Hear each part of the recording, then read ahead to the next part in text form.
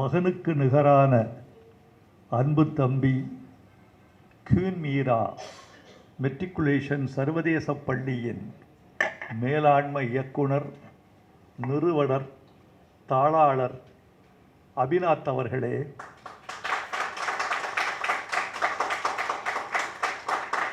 இந்த இனிய விருதுக்கு மூலப்பொருளாக திகழும் என் அருமை நண்பர், இசையமைப்பாளர், கலை மாமணி அனில் சீனிவாசன் அவர்களே,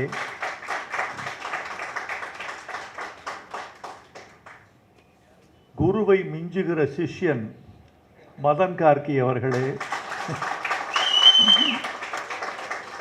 ஸ்ரீமீரா பள்ளியின் முதல்வர் சுஜாதா குப்தன் அவர்களே,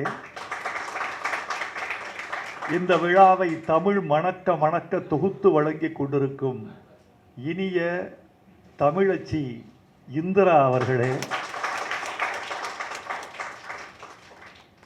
என் மதிப்புக்கும் மரியாதைக்கும் பாசத்துக்கும் உரிய ஊடக நண்பர்களே, ஊடகத்துறையில் புகழ் முருகனாக திகழும் நெகில் முருகன் அவர்களே,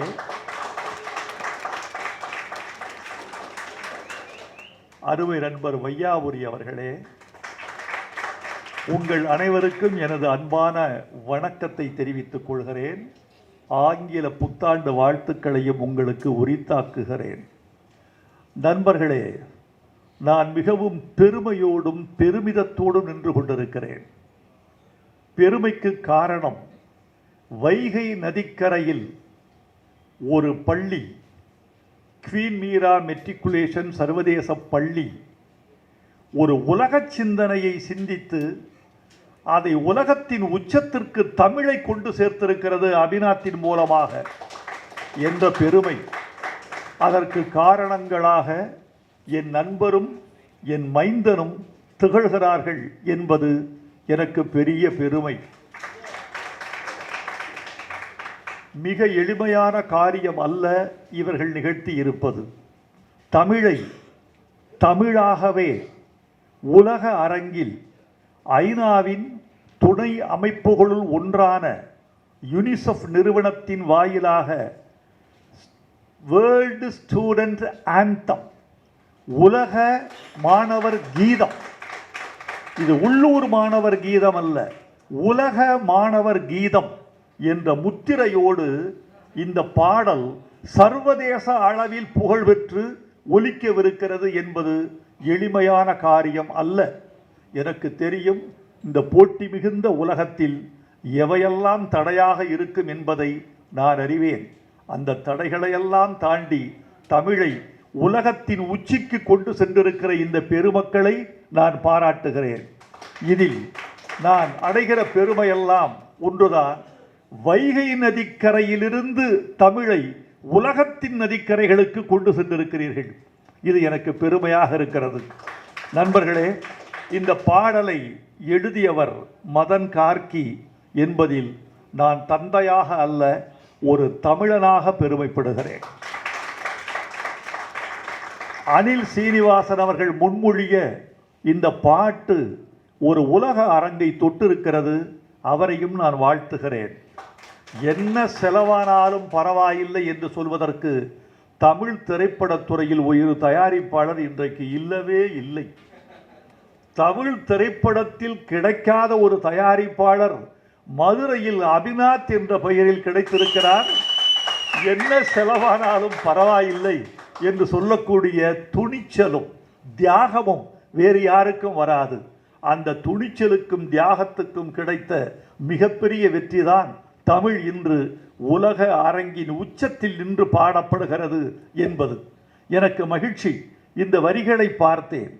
இந்த வரிகளில் இருக்கிற எளிமை என்பதை விட, இந்த வரிகளில் தமிழ் கோலோச்சுகிறது என்பதை விட, இந்த பாடலில் அலங்காரங்கள் அதிகம் இல்லை என்பதை விட, இந்த பாடலில் இருக்கிற சத்தியம், உண்மை, நேர்மை, அதுதான் இந்த பாட்டுக்கு உலக அரங்கத்தின் அங்கீகாரத்தை பெற்று தந்திருக்கிறது என்று நான் நினைக்கிறேன். நண்பர்களே, தம்பி அபிநாத்தை பற்றி சில செய்திகள் சொல்லியாக வேண்டும். அபிநாத் தன்னுடைய வாழ்க்கையை கல்விக்கென்றே அர்ப்பணித்துக் கொண்ட ஒரு கல்வியாளர். அவருடைய நிர்வாக நேர்த்தியை பார்த்து நான் வியந்திருக்கிறேன். நேர மேலாண்மை கண்டு நான் திகைத்திருக்கிறேன். 9:40 வீட்டுக்கு வர முடியுமா என்று கேட்டால் 9:40 வரமாட்டார், 9:39 வருவார். ஆனால் அந்த பகுதிக்கு அவர் 9:15 வந்து நின்று இருப்பார். 2 விதமான நாகரிகம். குறித்த நேரத்திற்கு முன்னே செல்வது அழைத்தவர்களுக்கு அநாகரிகம். குறித்த நேரத்தை கடந்து செல்வது செல்பவர்களுக்கு ஒரு அநாகரிகம். நாளெல்லாம் கடைசி 10 மணிக்கு ஒருவர் வருகிறார் என்றால் 9:58 வரைக்கும் நான் ஒரு பணியில் இருக்கிறேன் என்று பொருள். அந்த 9:58க்கு முடித்துவிட்டு 59க்கு அவரை வரவேற்க தயாராவதுதான் இன்றைய கால சூழல். அதனால் 9:30 மணிக்கே அங்கே சென்று இருப்பது ஒரு வகையான வன்முறை என்று நினைப்பேன். அந்த வன்முறையை ஏற்படுத்திவிடக்கூடாது. இவர் என்ன செய்வார், 9:15க்கு அந்த பகுதிக்கு வந்து விடுவார். வந்துவிட்டு 9:38க்கு கதவை தள்ளி 9:39க்கு காட்சியளிப்பார். இந்த மேலாண்மையை நான் மேல்நாட்டில் தான் பார்த்திருக்கிறேன். தமிழ்நாட்டில் அப்படி கடைபிடிக்கக்கூடியவர் ஆவினார். அவர் கல்விக்காக தன் உடலை, உழைப்பை, உயிரை, தன் பணத்தை, தன் வாழ்க்கையை அர்ப்பணித்துக் கொண்டிருக்கிற ஒரு இளம் கல்வியாளர். எனக்கு தெரியும், இன்னும் 10 ஆண்டுகளில் தமிழ்நாட்டின் குறிப்பிடத்தக்க கல்வியாளர்களில் ஒருவராக அபிநாத் திகழ்வார் என்ற நம்பிக்கை எனக்கு இருக்கிறது. அந்த நம்பிக்கையை நான் உணர்ந்து சொல்கிறேன். நான் ஜோசியம் சொல்ல மாட்டேன், மிகையாகவும் சொல்ல மாட்டேன், நான் உணர்ந்து சொல்கிறேன். இந்த செய்தி உண்மையாவதை நீங்களே கண்கூடாக நாளை காண்பீர்கள். அனில் சீனிவாசன் ஒரு இசையமைப்பாளர் என்று பல பேர் நினைத்து கொண்டிருக்கிறீர்கள். இல்லை, அவர் இசை ஆசான். எத்தனையோ இசை விற்பனர்களுக்கு இசை கற்றுக் கொடுத்து கொண்டிருக்கிற ஆசான். அவர் இன்னும் கற்றுக்கொண்டிருக்கிறார், கற்பித்துக் கொண்டிருக்கிறார். ஒரு தேர்ந்த இசையமைப்பாளர். இந்த இரவு தீர்வதற்குள்ளே என்று நான் ஒரு பாட்டு எழுதி கொடுத்தேன். இந்த இரவு தீர்வதற்குள்ளே என்னென்ன நடக்கும் என்பது அந்த பாட்டின் உள்ளடக்கம். முதல் வரியிலேயே என்னை திகைக்க செய்து விட்டார். இந்த இரவு தீர்வதற்குள்ளே என்கிற அந்த ஒரு வரி இசையில் இரவு சொட்டு சொட்டாக நகர்கிற அனுபவத்தை எனக்குள் ஏற்படுத்தி விட்டார். அது சாதாரணமல்ல. எம்.எஸ். விஸ்வநாதன் அவர்களை கேட்டேன், எம்.எஸ்.ஐ அவர்களை கேட்டேன். உங்களுக்கு மூத்தவர் கே.வி. மகாதேவன் ஐயா அவர்கள், அவரை எப்படி மதிப்பிடுகிறீர்கள் என்று கேட்டேன். அவர் மாதிரி பொருள் தெரிந்து இசையமைப்பவர்களை நான் பார்த்ததில்லை என்று சொன்னார். ஊடகங்களுக்கு இது ஒரு முக்கியமான செய்தி. பொருள் தெரிந்து தமிழின் பொருளை வாங்கி இசையமைக்கக்கூடியவர் கே.வி. மகாதேவன் அவர்களைப் போல் யாரையும் பார்த்ததில்லை. ஒரு எடுத்துக்காட்டு சொல்ல முடியுமா? சொன்னார். கவிஞர் கண்ணதாசன் எழுதி கொடுத்திருக்கிறார் ஒரு பாட்டு. கடவுள் மனிதனாக பிறக்க வேண்டும், அவன் காதலித்து வேதனையில் வாட வேண்டும். இந்த பாட்டு. கடவுள் மனிதனாக பிறக்க வேண்டும், அவன் காதலித்து வேதனையில் வாட வேண்டும். இதில் என்ன சிறப்புன்னு கேட்டேன். ஐயோ, மாமா என்று அழைக்கப்படுவார் கே.வி. மகாதேவன். மாமா கடவுளை எங்க வச்சாரு தெரியுமா? எப்படி? கடவுள் மனிதனாக பிறக்க வேண்டும். என்ன சொல்றீங்க? கடவுள் உச்சத்தில் இருக்காரு. கடவுள் பிரிச்சார். மனிதனாக பிறப்பதற்கு அவன் தரைக்கு வர வேண்டும். அப்படியே கீழே கொண்டு வந்தார். அந்த உணர்வு, பொருள், அந்த செயல் எல்லாம் தெரிகிற மாதிரி இசையமைக்க வேண்டும். அன்பே எங்கள் பாதை என்பது முதல் வரி. இந்த அன்பே எங்கள் பாதையை ஒரு மேற்கத்திய வல்லிசை போட்டு அன்பே அன்பே எங்கள் பாதை. இதுவே ஒரு வன்முறையாகிவிடும். ஆனால் அன்பே எங்கள் பாதை, அறிவே எங்கள் பயணம், அச்சமில்லா நெஞ்சம் கொண்டால் அழகாய் எங்கள் உலகம் என்று எளிமையாக எழுதியிருக்கிறார் மதன் கார்கி. மதன் கார்கி உணர்ந்து செயல்படுவார். எந்த இடத்தில் விஞ்ஞான சொற்கள் இட வேண்டும், எந்த இடத்தில் இலக்கிய சொல் பெய்ய வேண்டும், எந்த இடத்தில் எளிமையை கையாள வேண்டும், எந்த இடத்தில் பொருள் புரியாத வார்த்தைகளை போட வேண்டும், எந்த இடத்தில் பொருள் புரிகிற வார்த்தைகளை போட வேண்டும் என்று எழுதியிருக்கிறார். நண்பர்களே, இந்த வார்த்தையில் எதுவுமே புரியாதது இல்லை. எல்லோருக்கும் எல்லாம் புரிய வேண்டும். ஏன் தெரியுமா? குழந்தைகளுக்கான பாட்டு. குழந்தைகளுக்கு புரிகிற மொழியில் சொல்ல வேண்டும். குழந்தைகளுக்கு புரிகிற வார்த்தைகளை மீண்டும் அவர்கள் நாவில் உச்சரிக்கக்கூடிய வார்த்தைகளை இட வேண்டும்.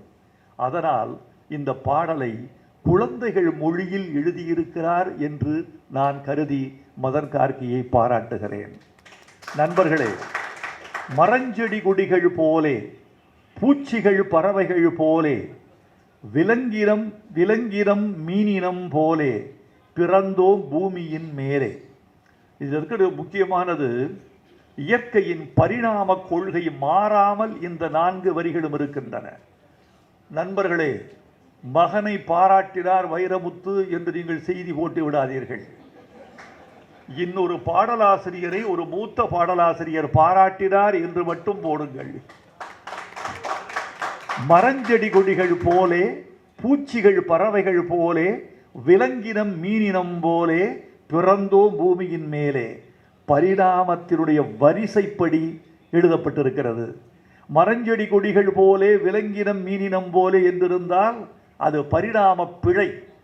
பரிணாமத்தின் வரிசை அந்த நிறையில் இருக்க வேண்டும் என்றுதான். முதலில் தாவரங்கள், பிறகு பூச்சிகள் பறவைகள், பிறகு விலங்கினம் மீனினம், பிறகு குரங்கு, பிறகு மனிதன் என்ற பரிணாம வரிசையில் இந்த பாடலை, இந்த 4 வரிகளை எழுதியிருப்பதற்காக மதன் கார்கிக்கு டார்வின் சார்பில் நன்றி சொல்கிறேன். எங்கள் உயிரும் ஒன்றென்ற உலகம் காப்போம் நாம் இன்று, கற்பவை ஏதும் நமதென்று பிறருக்காக தரத்தான் என்று. கற்பவையெல்லாம் நமக்கல்ல, பிறருக்கு தரத்தான். அறிவினான் ஆகுவதுண்டோ பிரிதின்னோய் தன்னோய் போல் போற்றா கடை என்ற திருக்குறளை எளிமைப்படுத்தி பிள்ளைகளுக்கு சொல்லப்பட்டிருக்கிறது இந்த பாட்டில். மிக முக்கியமான ஒரு செய்தி. அறிவு என்றால் என்ன? அச்சமில்லாதது அறிவு, அச்சத்தை களைவது அறிவு என்பதுதான் உலக அறிஞர்கள் ஒப்புக்கொண்ட உண்மை. மனிதன் அச்சத்தோடு பிறக்கிறான், அச்சத்தோடு வாழ்கிறான். மிக முக்கியமாக அச்சமின்றி கற்க வேண்டும் என்ற ஒரு செய்தியை இந்த மன்றம் கவனத்தில் கொள்ள வேண்டும் என்று நான் கருதுகிறேன். காரணம், வகுப்பறை ஒரு அச்சம், பள்ளிக்கு போவது ஒரு அச்சம், ஞாயிற்றுக்கிழமை இரவில் தொடங்கி திங்கட்கிழமை விடிந்தால் பேரச்சம், ஆசிரியரை பார்த்தால் அச்சம், தேர்வை பார்த்தால் அச்சம், தேர்வு தாளை பார்த்தால் அச்சம், தேர்வு முடிவை பார்த்தால் அச்சம். இப்படி அச்சத்தை போக்க வேண்டிய கல்வி அச்சம் அச்சம் அச்சம் என்ற அச்சச் சூழலிலேயே வளர்வது என்பது என்ன நியாயம் என்று இந்த பாட்டு உலகை பற்றி கேட்கிறது. எனக்கு தெரிந்து பொய் என்பது ஒரு அச்சம். பொய் என்பதே ஒரு அச்சம்தான். அச்சம் உள்ளவன் பொய் சொல்கிறான், அச்சமில்லாதவன் பொய் சொல்ல மாட்டான். உண்மை சொன்னால் எனக்கு தீங்கு வரும் என்பவன் பொய்யை சொன்னால் பாதுகாப்பு என்று நினைப்பது ஒரு இழிந்த உலகம். அந்த இழிந்த உலகத்திலிருந்து, அச்சத்திலிருந்து, பொய்யிலிருந்து இந்த உலகத்தை மீட்டெடுப்பதுதான் கல்வி. அந்த கல்வி அச்சமற்று இருக்க வேண்டும், அச்சத்தை களைவதாக இருக்க வேண்டும் என்று இந்த பாட்டு உயர்த்தி பிடிக்கிறது. கற்போம், ஒன்றாய் கற்போம், அச்சம் விட்டே கற்போம், நிற்போம், நன்றாய் நிற்போம், உச்சம் தொட்டு நிற்போம் என்று இந்த பாட்டு முடிகிறது. இன்றைக்கு வாழ்க்கைக்கு தேவை, மாணவர்களுக்கு தேவை நம்பிக்கை. நம்பிக்கையற்ற ஒரு உலகத்தில் நாம் வாழ்ந்து கொண்டிருந்து கல்வி வெற்றி பெற்று விட்டது என்று சொல்வதற்கு எந்த ஆதாரமும் நமக்கு இல்லை. கல்வி வேண்டும், அச்சமற்று வேண்டும், அறிவு தர வேண்டும். அறிவு அற்றம் காக்கும் கருவி என்று வள்ளுவர் சொன்னார். அந்த அற்றம் காக்குகிற கருவியாக இந்த கல்வி நிலைக்க வேண்டும் என்று நாங்கள் விரும்புகிறோம். நண்பர்களே, குயின் மீரா பள்ளியில் நான் ஓரளவுக்கு நான் அறிவேன். அதன் கட்டுமானம், கற்பிக்கும் நெறிமுறை, அவர்களின் நோக்கம் என்ன என்று தெரிந்து கொள்வேன். அவர்களின் நோக்கம் பொருள் ஈட்டுவதல்ல, அறிவு ஈட்டுவது, அறம் ஈட்டுவது என்பதுதான் அவர்களின் நோக்கமாக இருக்கிறது. ஒரு பள்ளியின் மூல மந்திரம் அறம், அறிவு, அச்சமின்மை. இந்த மூன்று மட்டும் இருந்தால் இந்தியா உலகத்தின் வல்லரசாக திகழக்கூடிய நாள் தூரத்தில் இருக்காது. அது வரைக்கும் பொருளாதார வல்லரசு, விஞ்ஞானத்தில் வல்லரசு, ஆயுதத்தில் வல்லரசு, இராணுவத்தில் வல்லரசு என்பதெல்லாம் நிலைக்காது. உலகத்தில் எந்த வல்லரசு நிலைக்கும் தெரியுமா? அறிவு, அன்பு, அச்சமின்மை என்பதை மூலதனமாக கொண்ட நல்லரசு மட்டும்தான் வல்லரசாகும். இதை உலகத்திற்கு சொல்வதற்குத்தான் இந்த விழா. நண்பர்களே, இந்த விழா ஒரே ஒரு கருத்தை முன்னிறுத்துகிறது. இன்றைக்கு தமிழ் வாய்ப்பு கிடைத்தால் உலகமெல்லாம் சென்று எட்டும் என்று நினைக்கிறேன். சொல்லாதது நமது குறைவு. பாரதியாரை தெரியாதவர்கள், திருவள்ளுவரை தெரியாதவர்கள், கம்பனை அறியாதவர்கள், திருமூலரை அறிமுகம் செய்து கொள்ளாதவர்கள் வடநாட்டிலேயே அதிகமாக இருக்கிறார்கள். பிறகு உலகம் எப்படி? வள்ளுவன் தன்னை உலகினுக்கே தந்து வான்புகள் கொண்ட தமிழ்நாடு என்று சொல்கிறோமே, வள்ளுவன் தன்னை உலகினுக்கு தந்தோம், யார் வாங்கி கொண்டார்கள் என்பதுதான் கேள்வி. இன்றைக்கு ஒரு பாடல் உலகத்தையே ஆள்வதற்கு தமிழால் முடியும் என்று நிரூபித்திருக்கிறது. இந்த பாட்டுக்கு என் வாழ்த்துக்கள். பாடுபட்டவர்களுக்கு என் வாழ்த்துக்கள், பாடியவர்களுக்கு என் வாழ்த்துக்கள், இசை அமைத்தவருக்கும் இசைத்தவர்களுக்கும் என் வாழ்த்துக்கள். எல்லோரும் புகழ் வர வேண்டும், எல்லோரும் நன்மை வர வேண்டும். அபிநாத், உங்களை நான் பாராட்டுகிறேன். இதே ஊடக சந்திப்பை மதுரையில் நிகழ்த்தாமல் நீங்கள் சென்னையில் நிகழ்த்தி இருப்பதே உங்கள் சாமர்த்தியத்தை காட்டுகிறது. இந்த ஊடகம் சென்னையில் நிகழ்ந்தால் இது உலகமெல்லாம் சென்று சேரும் என்று நீங்கள் நம்புகிறீர்கள். ஒரு உலகப் பெருமையை இந்த குழுவினர் தமிழுக்கும் தமிழர்க்கும் ஈட்டி தந்திருக்கிறார்கள். ஊடக உறவுகளே, நீங்கள் இதை உலகுக்கு சேர்க்க வேண்டும் என்று உங்களை கேட்டுக்கொள்கிறேன். வாழ்க கல்வி, வெல்க தமிழ். நன்றி, வணக்கம்.